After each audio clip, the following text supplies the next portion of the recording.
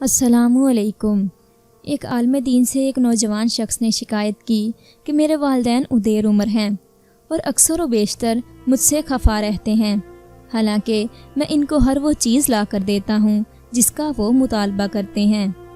عالم دین نے نوجوان شخص کو سر سے پیروں تک دیکھا اور فرمانے لگے، بیٹا، شاید یہی تو ان کی ناراضگی کا سبب ہے کہ جو وہ مانگتے ہیں تم ان کو لا کر دیتے ہو۔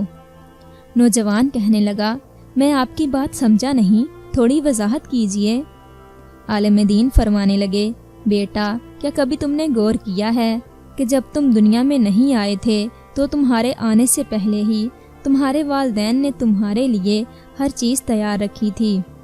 تمہارے لیے کپڑے، تمہاری خوراک کا انتظام، تمہاری حفاظت کا انتظام، تمہیں سردی نہ لگے، اگر گرمی ہے تو گرمی نہ لگے، تمہارے آرام کا بندوبست، تمہاری قضائے حاجت تک کا انتظام تمہارے والدین نے تمہارے دنیا میں آنے سے پہلے ہی کر رکھا تھا۔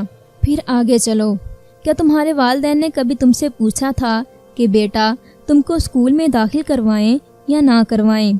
اسی طرح کالج یا یونیورسٹی میں داخلے کے لیے کبھی تم سے پوچھا؟ بلکہ تمہارے مستقبل کے لیے تم سے پوچھنے سے پہلے ہی اسکول اور کالج میں داخلے کا بندوبست کر دیا ہوگا۔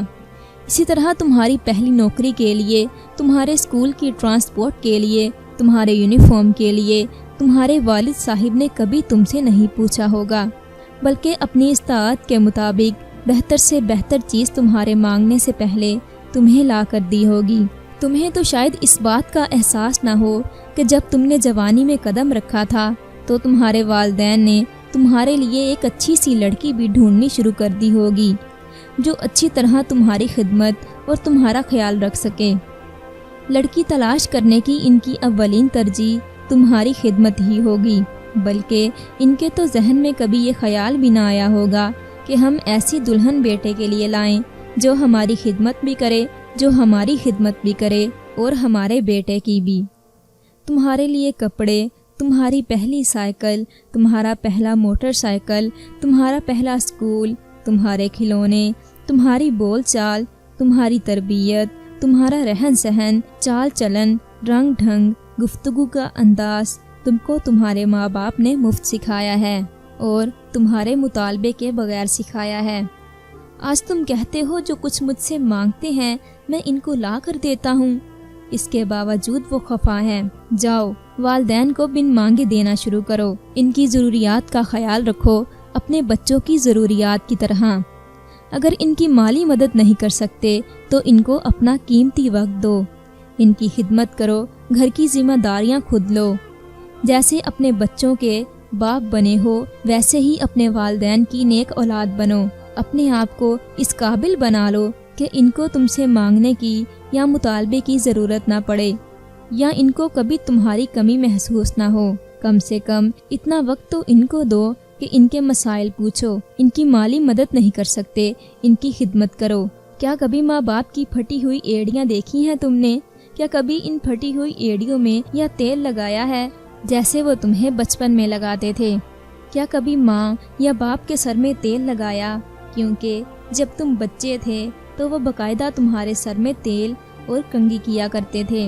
تمہاری ماں تمہارے بال سنوارتی، کبھی ماں کے بال سنوار کر تو دیکھو۔ کیا کبھی باپ کے پاؤں دبائے ہیں حالانکہ تمہارے باپ نے تمہیں بہت دفعہ دبایا ہوگا؟ کیا کبھی ماں باپ کے لیے ہاتھ میں تیل یا ٹاول لے کر کھڑے ہوئے ہو جیسے وہ تمہارا منہ بچپن میں نیم گرم پانی سے دھویا کرتے تھے؟ کچھ کر تو دیکھو، ان کو بغیر مانگے لا کر دو، ان کی ذمہ داریاں اٹھا کر تو دیکھو، ان کو کچھ وقت دے کر دیکھو، ان کی خدمت کر دیکھو، ان کو ہمیشہ اپنے ساتھ رکھو، ان کو اپنے آپ پر بوجھ نہیں نعمت سمجھو، جس طرح انہوں نے تمہیں بوجھ نہیں سمجھا۔ بغیر کسی معاوضے کے تمہاری دن رات پرورش کر کے معاشرے میں تمہیں ایک کامیاب انسان بنایا ہے۔ تمہیں کم سے کم ان کی انہی خدمات کا صلہ سمجھتے ہوئے ان سے حسن سلوک کا رویہ اختیار کرو، پھر دیکھنا وہ بھی خوش اور اللہ بھی خوش۔ عالم دین کی یہ باتیں سن کر نوجوان اشکبار ہو گیا اور باقی کے حاضرین کی آنکھیں بھی نم ہو گئیں۔ یہ حقیقت ہے کہ ایسی نصیحت آموز باتیں دنیا کی کسی یونیورسٹی سے نہیں مل سکتی۔ یہ صرف اور صرف دینی علماء ہی ہیں جو اپنے ذہنوں کی تربیت کر سکتے ہیں۔ ہماری دعا ہے اللہ ایسے علماء کا سایہ ہم پر ہمیشہ قائم رکھے، آمین۔